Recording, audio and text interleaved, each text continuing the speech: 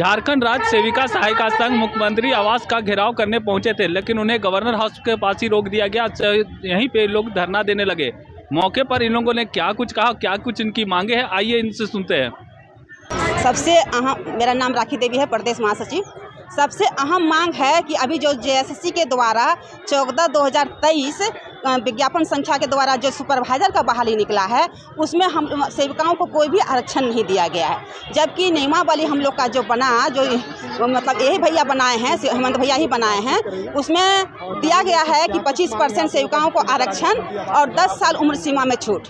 तो ऐसे ही 50 साल हो जा रहा है उम्र सीमा उसका, और 25% आरक्षण, तो 444 सीट का भी बहाली निकला है। 111 सीट सेविकाओं का लिए आरक्षित था, जो कि नहीं मिला है। सबसे अहम मुद्दा ये है।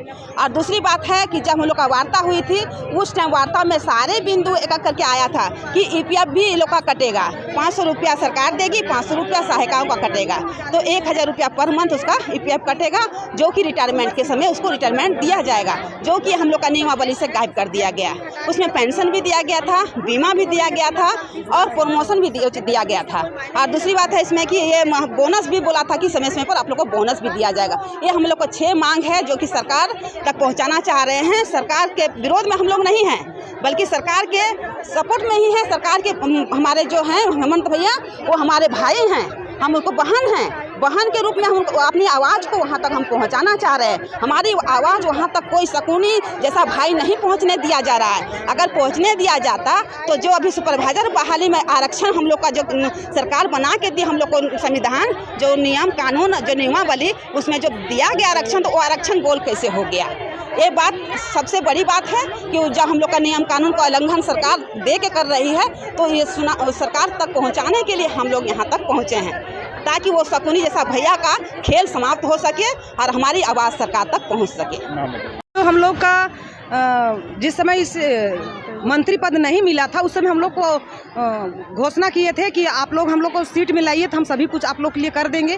वैसे ही जैसे वो मंत्री बने तो हम लोग के लिए जो हम लोग को बोले थे वो कर दिए। मतलब मानदेय हम लोग को 3500 रुपया वो बढ़ा दिए, है ना। लेकिन उसके अलावा हम लोग को और सारा बहुत सा नियम लागू करने वाले थे। जैसे कि बोले थे कि 6% आप लोग का पैसा कटेगा अकाउंट से और 6% हम देंगे। और जब आप लोग रिटायरमेंट हो जाइएगा तो 2 लाख रुपया सेविका को और 1 लाख रुपया सहायिका को मिलेगा, है ना। तो वो भी अभी तक हम लोग को लागू नहीं हुआ है। वैसे जो अभी सुपरवाइजर बहाली हो रहा है, उसमें हम लोग को बोले थे कि 25% आरक्षण सेविकाओं को मिलेगा, पर अभी जो निकाला है उसमें से हम लोग को कोई आरक्षण नहीं है। तो हम लोग उससे मांग करते हैं कि जो उसमें उम्र सीमा लागू किया है उसको हटा दिया जाए।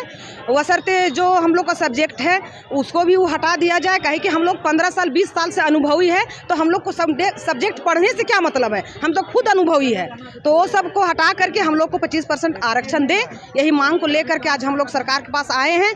पर आज पता चल रहा है कि मुख्यमंत्री नहीं है, तो हम लोग यही सोच के साथ यहाँ पर आए कि हम लोग मीडिया भाइयों के आवाज़ हम लोग का सरकार तक पहुँचाएंगे और हम लोग का मांग सरकार पूरा कर सके।